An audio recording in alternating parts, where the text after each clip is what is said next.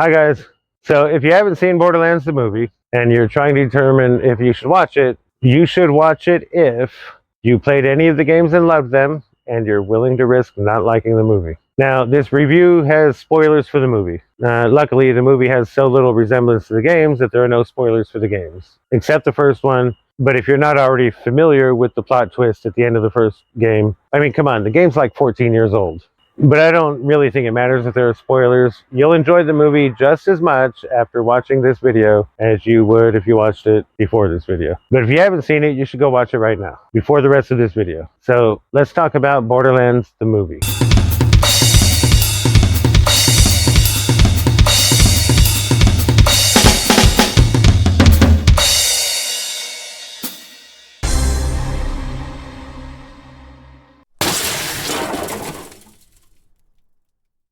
Before we go any further, make sure to click like and subscribe. That way you'll get to see more content like this. Also, to help other people find this content. You can also join my Patreon. There'll be links down below. And a reminder at the end of the video. For now, enjoy the rest of the video. If you don't know already, Borderlands the movie is loosely based on a video game series called Borderlands. If you're not familiar with that series, then this review probably isn't going to mean much to you.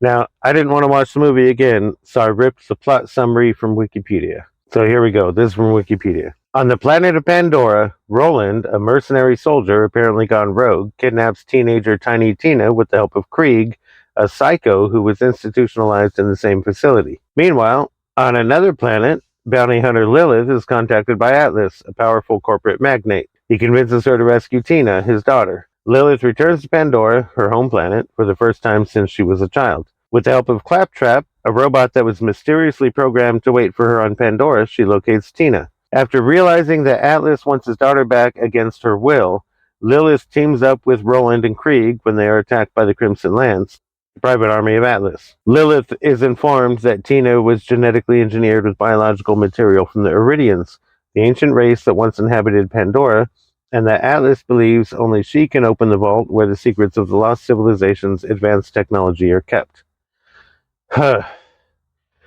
With the help of Lilith's estranged foster mother, Dr. Patricia Tanis, they locate the key to open the vault in an underground maze occupied by a tribe of psychos. They manage to take the key to the surface. Lilith destroys the device Atlas entrusted her with to signal when she had rescued Tina, and he immediately communicates with her via robotic drone, explaining that he still wants the girl. Tina overhears the end of the conversation and assumes Lilith has betrayed her.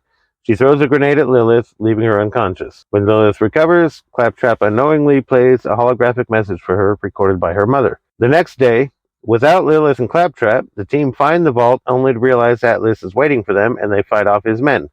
However, Tina is unable to open the vault. Lilith appears and explains that she is the one who can do it, being an Iridian known as the Firehawk. Atlas threatens to kill Tina if Lilith does not open the vault. She obeys, but with Tina's help, traps Atlas inside, where a creature drags him away. The group celebrates their survival. So that's the story. If you played the game, you've already noticed a number of issues here. So let's go into that. Let's start with casting. Now, every single role in this movie was miscast. Because of that, I'm only going to focus on the big ones. So let's start with Cate Blanchett, who plays Lilith. Now, she embodies Lilith nearly perfectly. She has the same wry wit, the same timing. She even, for the most part, looks like Lilith. The problem is the character's age. In all of the games, Lilith is young and ready to make her mark on the world. But here in this movie, for some reason, we get a much older Lilith, and there's not a lot of room for development for the character after this movie. And also, Lilith was always a siren, so it's not believable that this is the same Lilith from the game, because Lilith from the game was always a siren. Alright, so Kevin Hart played Roland. Now, he played the role well, but he was not Roland. Honestly, this should have been The Rock. Then we get Jack Black. He is an excellent Claptrap. In fact, unlike in the game, Claptrap is a character that's actually enjoyable in the movie. But still, the subplot with him being programmed by Lilith's mom is stupid. It was just a device to make Claptrap a lead character. He wasn't a lead character in the game. He didn't need to be a lead character in the movie. All of the other characters were in the wrong movie, and none of the other leads should have been leads. And I'll talk about why in a minute. So let's talk about the overall feel of the movie. Now, where this movie shines is in its depiction of Pandora. And while not everything is right, especially since it's not real clear where Sanctuary is, and it should be on Pandora or in the sky, it's still a good depiction of Pandora. Now, Firestone is wrong. It feels right when you first see it, but then they turn it into a wrong sort of place, and it's really hard to put my finger on exactly why it's wrong. But man, it's wrong. Maybe it's because Dr. Zed isn't there. Or maybe he is, but it's a blink and you'll miss it moment, which is a shame because Dr. Zed was an important NPC in the first part of the first game. Now, the action is a reasonable cinematized version of the action in the game. So if you like the games, you will definitely enjoy the action sequences and a few little tidbits that are fun, but only if you played the games. If you didn't play the games, you will probably find the action to be a bit dumb because it otherwise is dumb. Overall, the action is basically just more Hollywood-style throwaway violence. There's nothing that's particular to Borderlands, which is really not great since it's a movie based on Borderlands. Now, the characters, all of them, feel almost right, but there's an undercurrent of wrongness to each one. The main character where you notice this is Roland. Kevin Hart does a fine job of playing the role, but Roland isn't a short, skinny comedian who's at least a little famous for making fun of his shortness and skinniness. Tiny Tina is also a character that just isn't right. She says the right things and blows up the right things, but just isn't right. In the game, there was a certain lunacy to the character, and here, what we get is a relatable tween who's both acting out and doing whatever it takes to survive. If you played anything with her in it, you know that's not the kind of character she is. I mean, she's fucking crazy. And the end result is that this is a movie that looks like Borderlands, but doesn't feel like Borderlands. And because of all the off feelings, you don't really get sucked into it the same way the games do it. And I feel like this is something I should know because I generally don't like either first-person shooters or computer role-playing games. I mean, I grew up on Ultima, and the whole chase the waypoint style of game that has become popular since then just doesn't work for me. Open world, I don't even know what open world is, but apparently that's what Ultima is. Nevertheless, one day I tossed Borderlands into the Xbox on a whim, and before I knew it, 3 hours had passed, my then wife and her kid had come home, and I was having a great time. And I kept playing it. Luckily, there wasn't anything else I had to accomplish that evening, so it worked out. But the movie doesn't even attempt to replicate that kind of experience, and I know my experience wasn't unique. In fact, one of the things about the Borderlands game series is that it attracts people who don't normally play those kinds of games because it's not really that kind of game. Alright, so what's wrong with this movie, besides almost everything? A lot of pundits have written on this subject, and I don't think any of them really understand the games. So let's start with the rating. The games are M17, so making the movie PG-13 automatically dumbs it down. I don't care that kids play the game. Their parents should be watching them more closely. The game was M17, so the movie needed at least an R rating. It wasn't bloody enough, it wasn't violent enough, and the jokes were just too tame. This is a game that makes comedy from evisceration. This is a game that features casual violence in the intro cutscene. It's not possible to make a passable movie derived from these games without an R rating, NC-17 being even better. Now, on the subject of the jokes, they were definitely in line with the game, but it feels too much like in that one Die Hard movie where Bruce Willis doesn't get to say his catchphrase. They just don't get where they need to go with the jokes. The closest they get is when Lilith comments on how she loves being able to shoot random people on Pandora. But that's normal in the game. The most out there joke in the movie shouldn't be the most normal in-game activity. Now, the action isn't good enough. The director should have spent at least 10 hours watching Twitch streamers playing Borderlands to get an idea of how action in the game works. It's a passable action flick, but Borderlands action is different. It's more violent and more gratuitous. It's the kind of game where, when you're not playing it, you're dreaming up more creative ways of taking out the bosses. You go back and fight Boom Boom all over again just because you had a new idea. A beautiful, explosive-filled idea. This movie would have benefited from someone just thinking about things like that. Lilith is a siren. She needed to phase walk throughout the movie. She should have been introduced with a phase walk.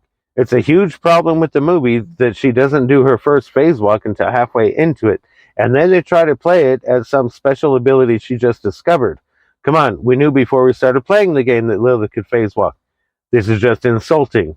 Add to it that they're giving us an old Lilith, that she's in like her 40s or 50s. I guess that's old nowadays. And she has never phase walked before, and she has just discovered it? No, that's not Lilith. Also, there aren't enough skags. Yeah, I said it. We hate the Skags in the game because they're so annoying, and we wanted to see them getting brutalized in the movie. We needed to see them getting brutalized in the movie. They needed to get shot, split with a knife, run over by a car, run over by Marcus's bus, blown up by grenades, etc. A quick scene showing the main characters eating roasted Skag would have been nice too. Also, we needed to see some Skag piles getting kicked through. The movie ignores what people actually do in the game. It's a brutal game. If a character in the game doesn't have lines to say, you kill it. That's all there is to it. It's really not that complicated of a game. There is a sequence where Lilith shoots a bunch of people, and the casual violence of the movie is entertaining. I'll give them that. There just isn't enough. There's no logical reason the movie should ever go more than 30 seconds without someone shooting something or blowing something up. Now, the choice of which game locations to choose really shows where nobody who wrote this movie had ever played the games. Sanctuary and Moxie's are great locations, but Moxie herself was just plain wrong. There were no racks. Okay, there was a rack. There were no bullymongs. There weren't really even any bandits. There needed to be a lot more kill them and take their stuff, and a lot less fucking plot. They made the same mistake so many other filmmakers make when they adapt a game to a movie. They didn't respect the players. You can even see it whenever the director talks about how he wrote the movie, ignoring the fact that the movie was actually written by a committee. He talks about how it's his own vision of the movie, and we're all going to like it because he managed to jumble in a few things that almost look like something from the game. We never wanted to see this movie. We wanted to see a movie that we could relate to from spending hundreds of hours playing the games. We don't care what your vision of the movie is, and we don't care about your artistic integrity. A movie based on a video game should be 50% game story, 50% gameplay, and 100% fan service. If that's not what you're making the wrong movie. Change the names in your script and make a different movie. They made so many changes to the characters and the story that there's absolutely no way this movie can fit into the continuity of the games. Now, I don't mind the films taking place outside the regular game continuity. That's not a big problem. But this isn't believable. Lilith is the Firehawk, that's true, but it was a fun diversion that happened between the games that got out of hand and became a part of one act of the second game. It was always a subplot, and the only way it makes sense to be the main plot of a movie is if the entire movie is a subplot for a bigger series, like the MCU or what Disney tried to do with Star Wars. They also tried too many new locations. There should not have been even a 5-second cut of any scene that didn't take place in a game location. The first two games take place entirely on Pandora, so should the movie. For that matter, there were just not enough NPCs from the game. Where was Sir Hammerlock and Dr. Zed, DK Baja, Scooter, Helena Pierce? And adding Tannis to the lead ignores that she's an NPC. The only leads should have been PCs, and all NPCs should have been supporting cast. Also, what about the bosses? Where was Nine Toes, Bonehead, Sledge, the one big-ass Skag, Boom Boom, the Flint brothers? The locations that were in the movie didn't make logical sense considering the geography in the games. I realize the first two games aren't linked geographically,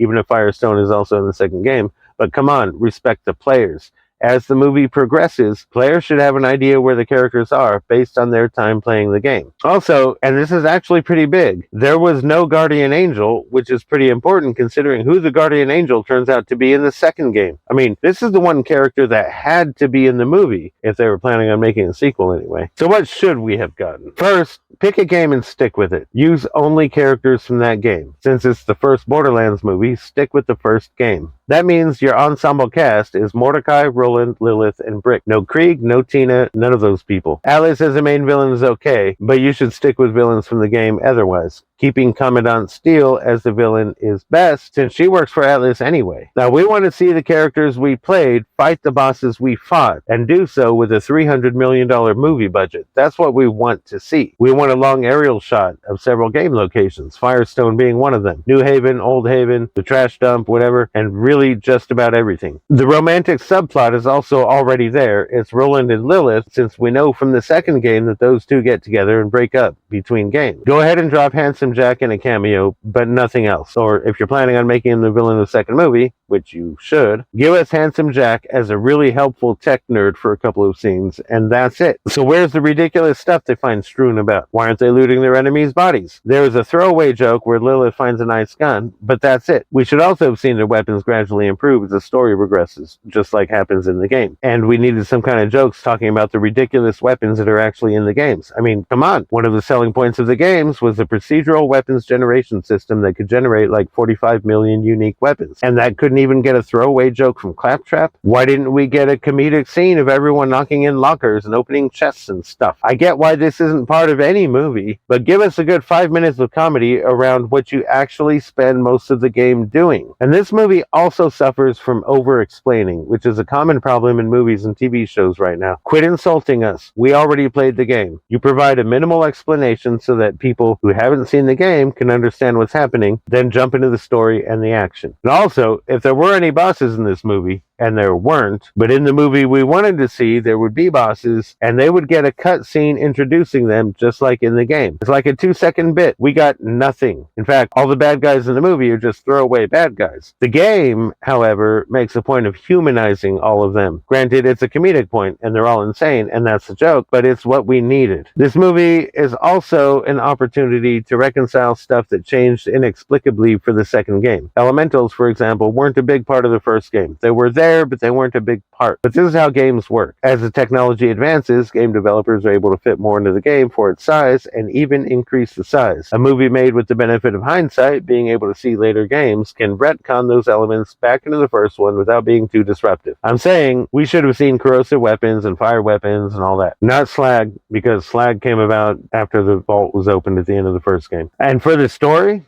in the game we should have seen, how about this? 4 vault hunters show up looking for the vault. Spend 5 minutes showing each of the vault hunters completing one of the Firestone stories, and then they all meet in Firestone and get together as a team. Then they fight Bonehead as a team and play through the actual sequence in the game, but make it cinematic. This is the first big action set piece. Now give us 10 minutes of story where they get the first vault key from Tannis, then the big action set piece for the second, maybe centered on New Haven. But the action set piece should be fighting the Racked Nest. The last act should be all action, taking us through Old Haven and the Crimson Lands, and move on to some rising action as they near the vault, take us through the spooky spirit sequence that's actually in the game, where we see the Crimson Lands fighting the Guardians. Then reveal Commandant Steele as a siren, give her and Lilith an awesome chick fight, while the rest of them open the vault. Then the monster comes out of the vault.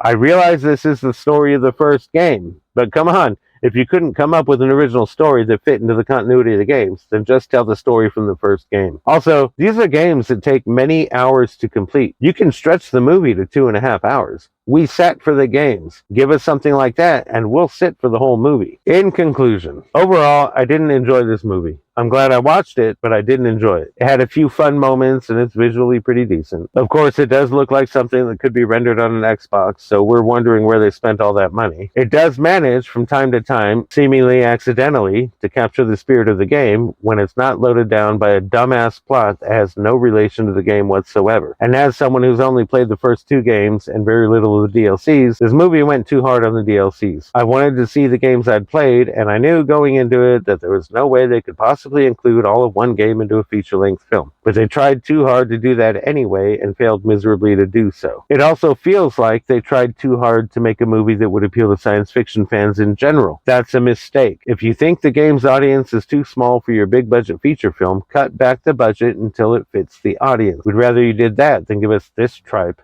I don't recommend this movie to either people who played the game nor to a general science fiction audience. This movie tries too hard to bring both into the fold and fails to bring either. Also, I'm sorry for everyone involved in this film. I am really sorry. It's such a big bomb, and budgets are shrinking across the board, and I can't help but think that everyone involved here is going to spend a lot of time unemployed in the immediate future. At least Kevin Hart and Jack Black have existing comedy careers to fall back on. Cate Blanchett, Jamie Lee Curtis are legendary names as actors. They're going to be fine. Everyone else is fucked, and there used to be some promising careers for some of these people. I also can't help but think that fans could make a better movie just using the game engine the way Red vs. Blue does. If anybody watching this is interested in doing so and would like a story treatment, let me know in the comments. Like I said, I don't recommend watching this movie. If you love the games, you won't feel like you wasted 100 minutes watching the movie, but that's pretty much the best that can be said about it.